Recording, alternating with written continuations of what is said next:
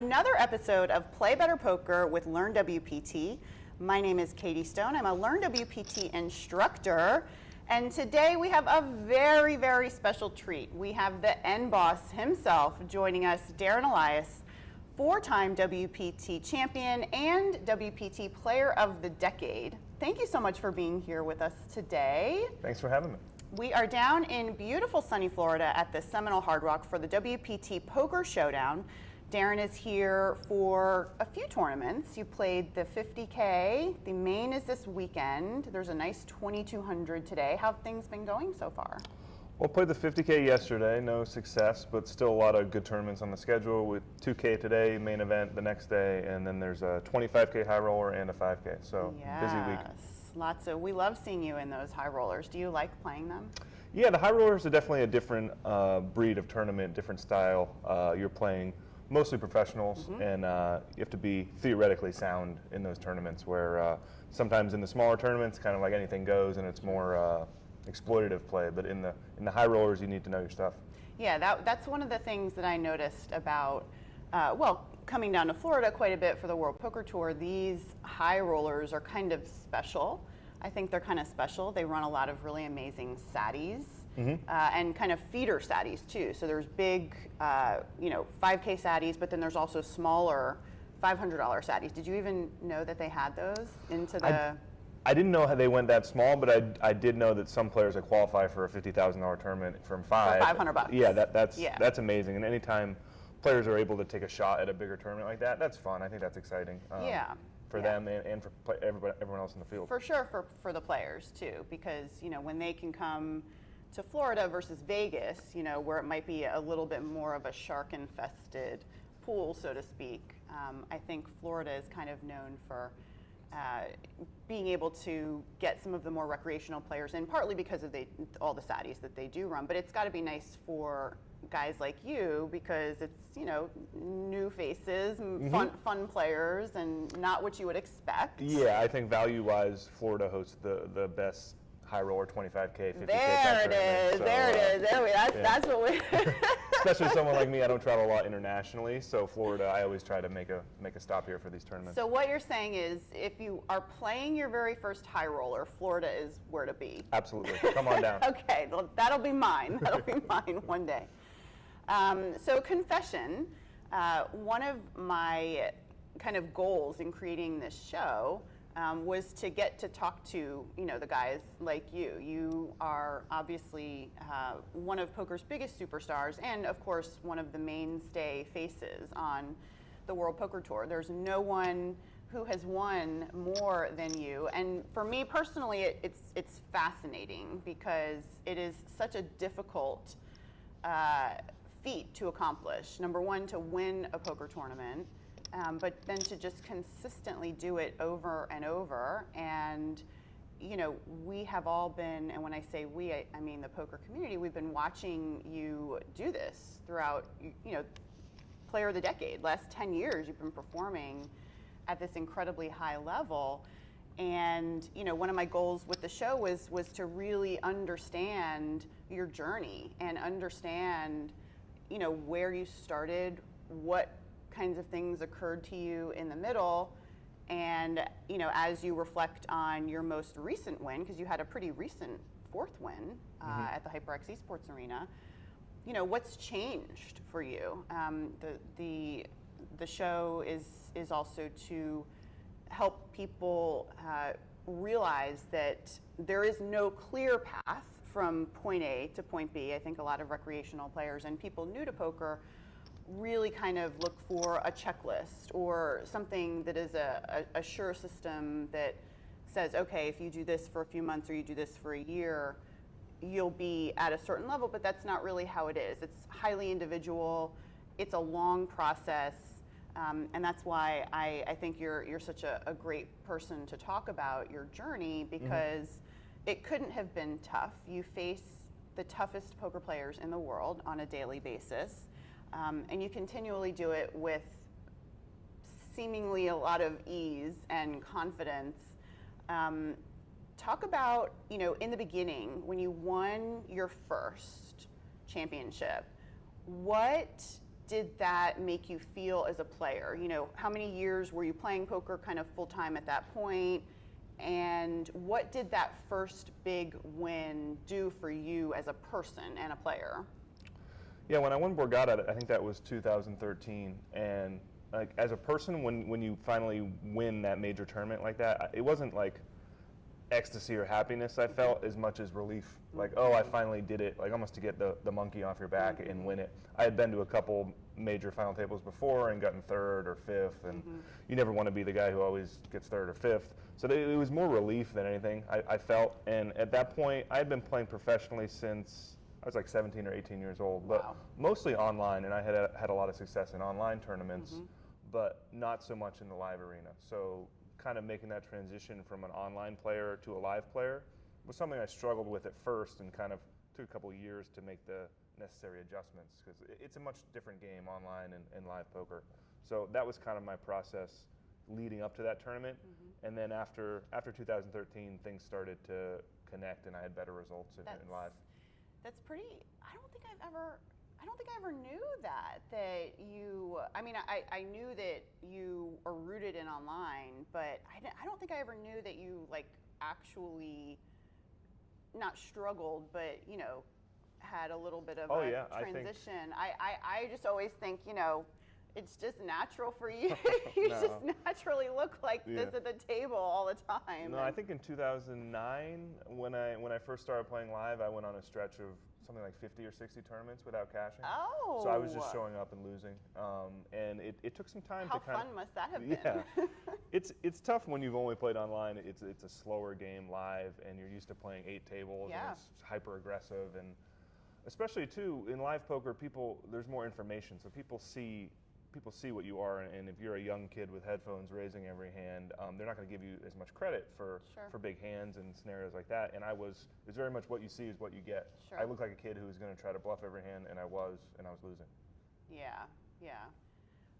That's a pretty big realization for me, because you know, just as a poker player myself, I've followed your career, and I've tried to pick up on the, you know, the live ability that good live players have, and you're right, it is a very different game. Online and live are very different. I'm kind of in that realm myself, you know, coming from mostly online the last 12 years and now playing a lot more live, and so it's certainly a very individual process. It's something that one thing that works for you might not work for somebody else. So you won that first one, so it was Borgata, 2013, got the monkey off your back. Did you find that anything clicked during that entire championship win, that process? So did you find that, you know, you were at the final table? You mentioned you'd been at a few other big final tables, so you were kind of comfortable in the final table realm, and then of course coming from online poker, you're just going to be very comfortable playing for that kind of money. But once you finally clinched that first trophy, were you able to then go home and say, okay, I remember this feeling at this time, or I remember doing something a little bit better than I had before, and then you made that connection, or did anything like that occur for you? Yeah, it was definitely a matter of being willing to adapt, and kind of, you don't want to go into these live tournaments with too much of a set strategy and be too rigid, because you're going to face all types of different players. So kind of have a baseline theory understanding how things should work, but you have to be willing to deviate from that, because players are not necessarily playing as they should or as strategy dictates they should. So kind of the way you can exploit that is by showing up and paying attention and really making sure you're watching every hand, you're picking up. There's an abundance of information when you're playing live poker, how much somebody bet, and then you see the showdown, and kind of like picking up these little data points. And then that lets you build this exploitative strategy where now that you know this person does this with this situational hand, it's that was a big part of improving my live game, I think. Showing up on time, paying attention, and just being ready to watch every hand. Yeah, and a conversation that we had recently, something that you said to me, definitely helped me, so just to let you know. And so it's about the headphones. So, coming from online, I'm maybe a little bit more rigid in my setup, and that I try to get in a similar mindset, coming to live, which is more of a less comfortable realm for me, less experienced realm. But you made me realize that I'm probably missing a little bit too much with my headphones on 100% of the time. Yep. Plus, maybe I might look a little bit more aggressive than I would like to be perceived as. So because of you, I wear my headphones a little bit less, Oh, nice. or at least one on, one off. But I am making the effort to just only have them on when I really need them, because again, and I'm one of the biggest proponents of live poker having all of this information, and we should take advantage of it. It's a little bit of a delicate balance, though, trying to adjust that with your own personal strategy. So thank you for that. Yeah, I definitely, when I first started playing live, I had more of your mentality. I just put my headphones on. I knew I had a good strategy. I would just close it off and play my game and think, oh, I have a better strategical understanding of the game. I'm just going to beat these people like that. But I closed myself off to all this information where I could have been winning at even a higher rate. Yeah. And so it's like little things like this that, as a player, I'm very grateful for being able to pick up on those things and pick up those little tidbits, because you never know how something is going to help you adjust your game or kind of open your mind to something that you may or may be missing. And talk about going into your second win. So now we've got the first one under our belt. When was the second, and how much time was in between? Well, if I'm remembering correctly, I won Borgata in September, and the next tournament I played was WPT Caribbean, and so Same year. It was back-to-back tournaments. It was actually the next tournament I played the next month. So I won 2 in a row there, and I'm pretty sure that's right. And different kind of field. That was in St. Martin. It was like a vacation resort kind of thing. Terrible field. Yeah. Smaller tournament than Borgata, and full of recreational players. Interesting heads-up match in that event. But I still have fond memories of that, coming off my biggest win at Borgata, laying by the pool in the mornings, and then going and playing poker and winning the tournament. It was a great week. Yeah, well, of course, because Borgata is in New Jersey, and it was home for you, and you're from New Jersey, same as me. So second one back-to-back, you're probably feeling pretty good about yourself in 2013. When was your next one? I want to say about 2017. I'm not the best with dates, but later, Niagara Falls, that was Falls View. And it had a couple close calls in between there where I've finished third a couple times. And always nice to get back and win after those close calls, because those can kind of haunt you in your career when you get close and maybe should have done something differently at the final table. So to get another shot there and be able to execute and win was great. So talking about those close calls and maybe the situations that you get into, ICM is kind of a funny duck.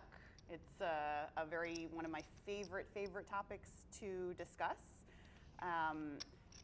Any kind of work that you encounter a situation that you may or may not be too sure about, or not sure if you made the right decision, or if you maybe put too many chips in the middle here, or if you called off a little bit too light here. What does your schedule look like, coming off tour, coming off of wins, and maybe with a few questions, and you go home and now it's time to do a little bit of work? What does your work away from the table look like? Compared to most professionals, I probably do less work with the software and the computer programs, where a lot of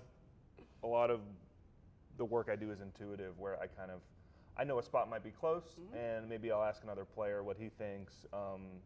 And if I'm really unsure or can't figure it out intuitively, then I'll fire up one of these computer programs and see what the computer thinks.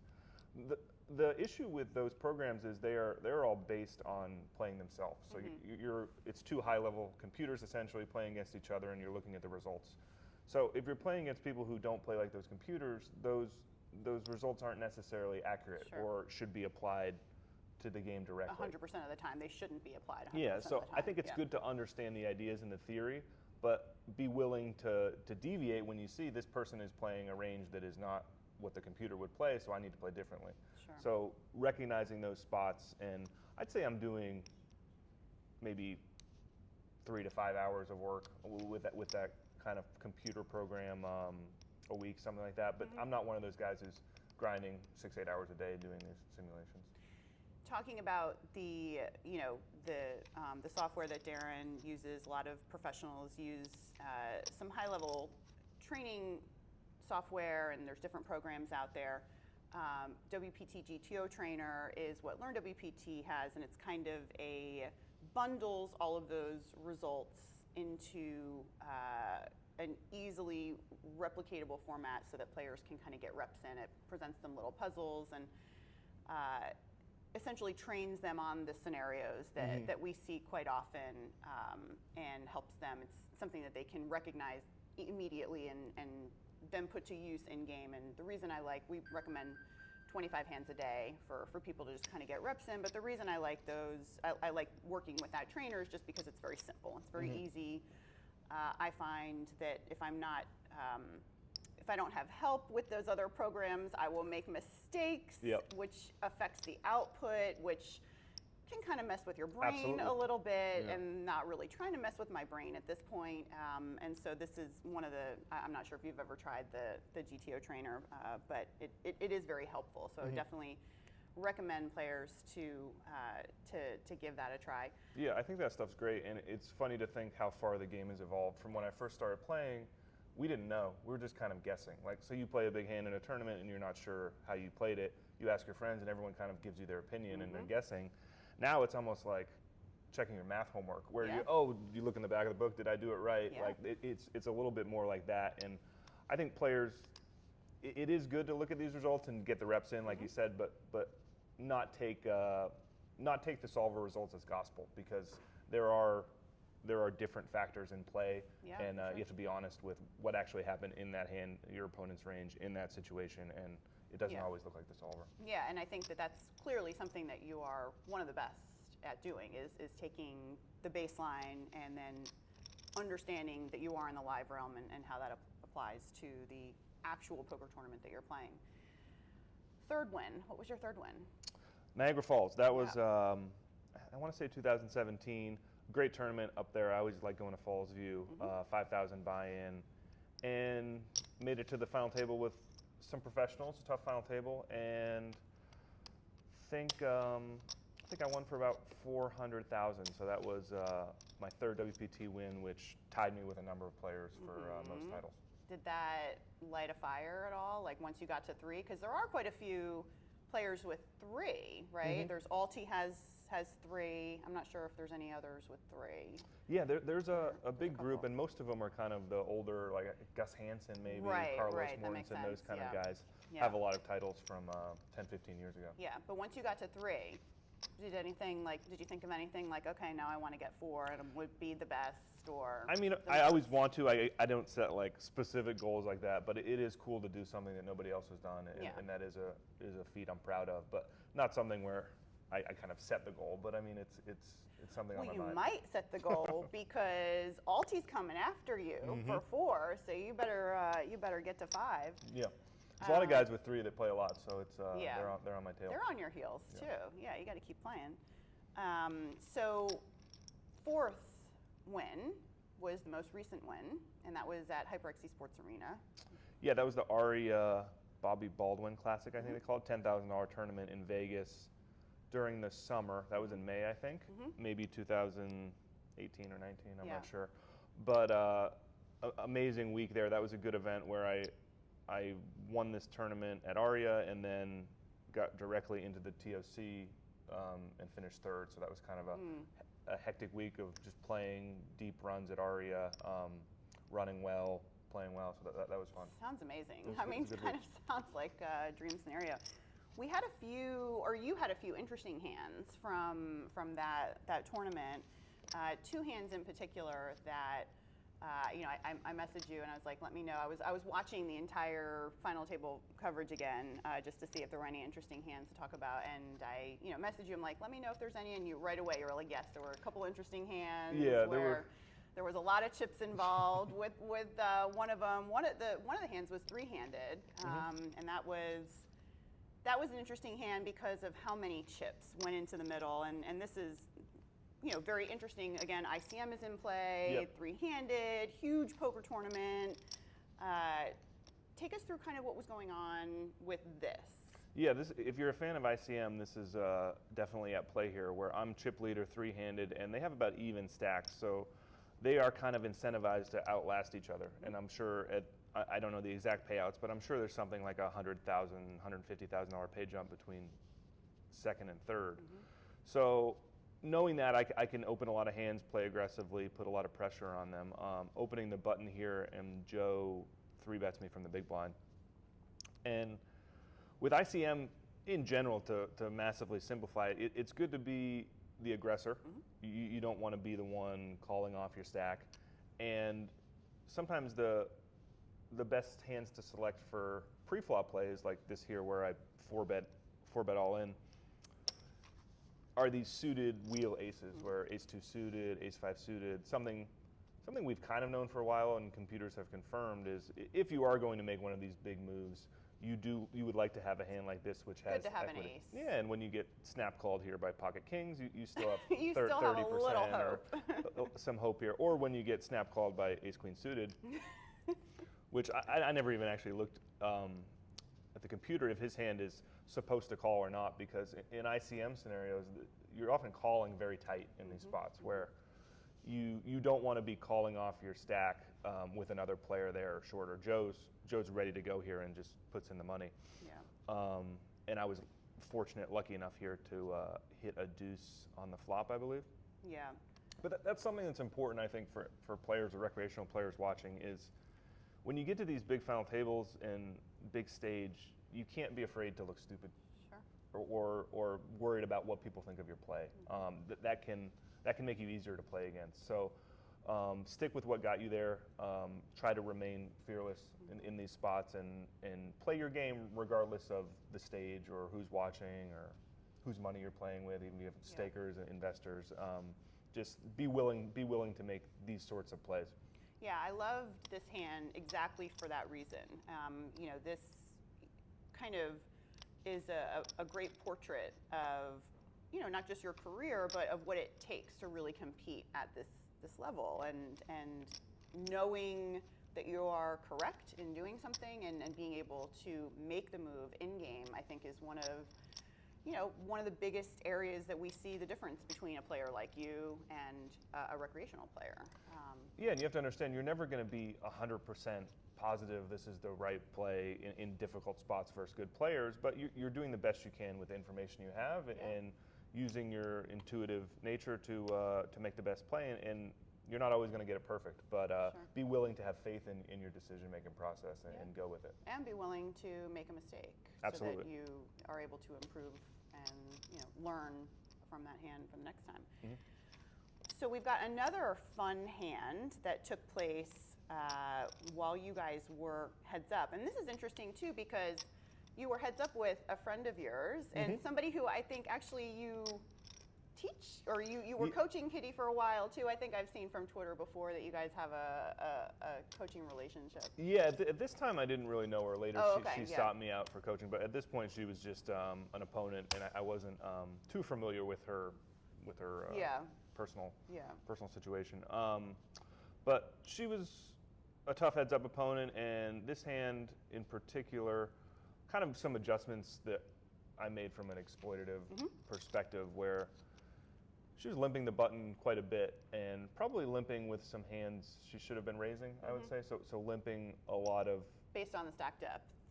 Yeah, and she was short throughout the match, probably 20 to 50 blinds and limping a ton. I think it kind of expecting me to attack the limps and raise, and I was content playing post-flop for the most part. So flop comes Jack, Jack, Deuce here. I check, and I think she puts out one big blind.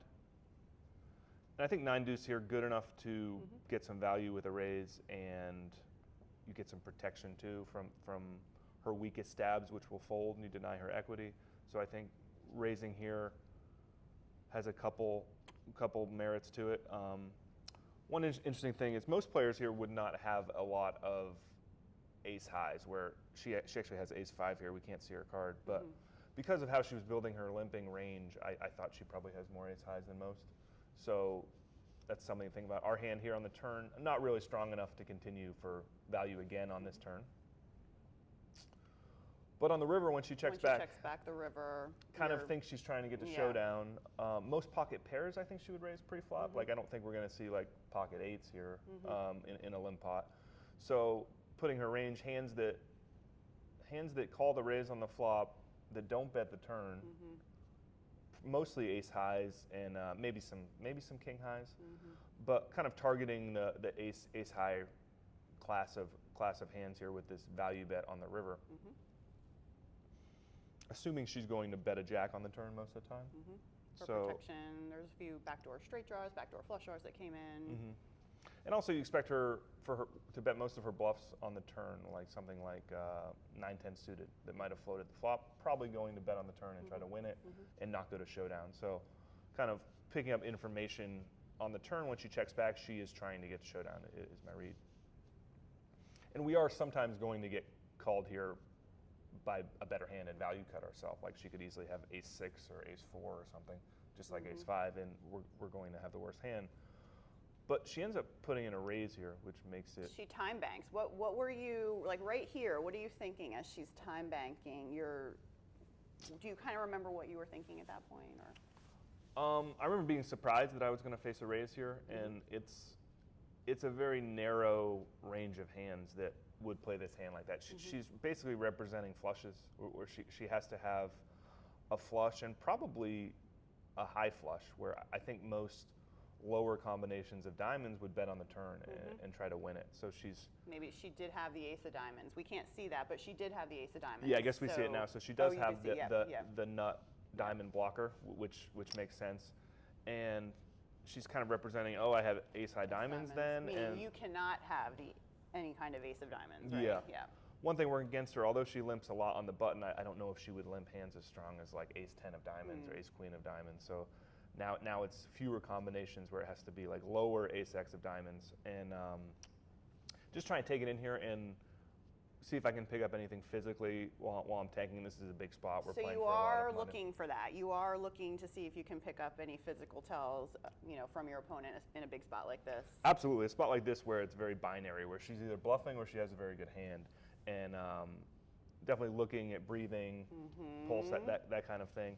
And I kind of go back and forth between looking at my opponent, considering the strategy, kind of taking turns trying to accumulate the data, and. I ended up thinking she did not have enough flushes here and was probably turning a hand like this into a bluff. Oh man, good and pivotal call. Yeah, pivotal pot for us. Huge in the swing, right? Especially mentally for her too, right? Like she goes for this kind of move and it doesn't work, and it's tough. It's a big pot. Yep. Yeah, that's a swing pot. As we call it. And you ended up winning this tournament, which was your fourth win, fourth and most recent win. So what's next for you? I'm going to continue to play poker tournaments and that's a good plan, Darren. Yeah. Travel a bit. I'll be playing World Poker Tour events and the World Series coming up, and probably some more high roller events, and maybe a little more international travel in the next couple years. So. Oh, good. Yeah, as tournaments are coming back, World Poker Tour is announcing events all over the world, as I'm sure you're aware now that everything post-pandemic is coming back into play. So you've got, you've got the 2200 today, and then you've got the main this weekend. So what's your next tour stop? After this, Choctaw. I don't know if I'm going to make it to Choctaw. Oh. It is one of my favorite events, but the logistics of getting in and out of there for one tournament are tough sometimes. Yeah, you just fly into Dallas. It's an hour drive. Not a big deal. Get some barbecue. I'll send you a car, pick you up. Got to get you out to Choctaw. On the fence about that one, but probably I would guess World Series is probably my next stop after this. Yeah. Well, cool. So got a few little announcements for you guys. So we're here at the Seminole Hard Rock down in southern Florida for the WPT Poker Showdown. There's a few more prelim events that are running now. There's also a few more main event satellites that are running right now. The $3,500 championship event will start on April 8th, and there's also another starting day on April 9th. Day 2 will be Sunday. There's also a 25K coming up next week that Darren will still be here playing, and then there's another 5K turbo too that we might see you hop in. Lots of really valuable events for guys like you to come down and play, not just the main. There's also some other fun stuff for you to play. And then coming up in April, the World Poker Tour is headed out to Thunder Valley, one of our favorite tour stops. Have you ever been out to Thunder Valley? I have been to Thunder Valley. I like a beautiful property. Super fun. Yeah. And they have really good golf too. I did play golf there. Yes, Yeah. you should come out for that too. April 28th is the $1,500 WPT Deep Stacks Championship event. And on April 27th, LearnWPT has a very special 1-hour free satellite workshop that Lucky Chewy, Andrew Lichtenberger, and I will be there teaching. So make sure you guys stop off and learn how to play some good SATI strategy for the $1,500 SATI that is the next day. You guys can RSVP for that on learnwpt.com. The next event would be Choctaw, WPT Choctaw. The main championship event takes place May 13th and 14th. And like I said, you guys are able to travel into Dallas-Fort Worth. It's only about an hour drive. I know a lot of people aren't familiar with that tour stop, but it is one of the most valuable tour stops on the tour. I would highly encourage everyone to get out there. Lots of SATI winners for that main. That main is a $3,800 championship event too. It's a little bit of a different price point, just to let you guys know. And then there is also a really, really amazing Ladies Week meetup announcement that I would like to make. June 28th, we will be having a fantastic 1-hour free ladies tournament prep workshop for the WSOP ladies event the following day. So we are inviting all of the ladies who will be coming to Vegas that week to join us at Gordon Ramsay Steak inside the Paris Casino. We'll have all the LearnWPT instructors there on hand to give you guys some upcoming tips. Maybe we'll see if Darren can stop by and have a few drinks and chat with the ladies. You never know. The invite is there. Tony Dunst will be there. Alti will be there. Gags will be there. Lucky Chewy will be there. I'll be there. So kind of the entire crew. Maybe if you're in Vegas, you can stop by and say hello. And that kind of does it. Oh, and we've also got one other workshop at one other ladies cocktail party at Thunder Valley too, so you can get all those details on social.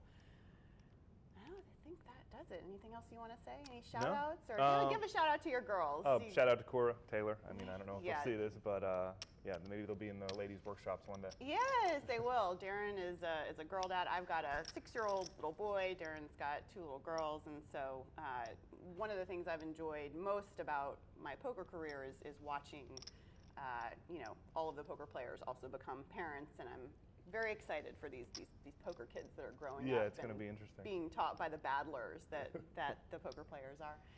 All right, guys, that does it for us here at the Hard Rock Seminole. We are going to let Darren go and register for this $2,200 tournament and have a wonderful weekend in the main. And hopefully you're not at my starting table in the main. But appreciate you joining us. Thank you so much. And I hope to see you again. And maybe we'll see you in December for the Bellagio 5 Diamond. Thanks for having me, Katie. Thanks, guys. We'll see you soon.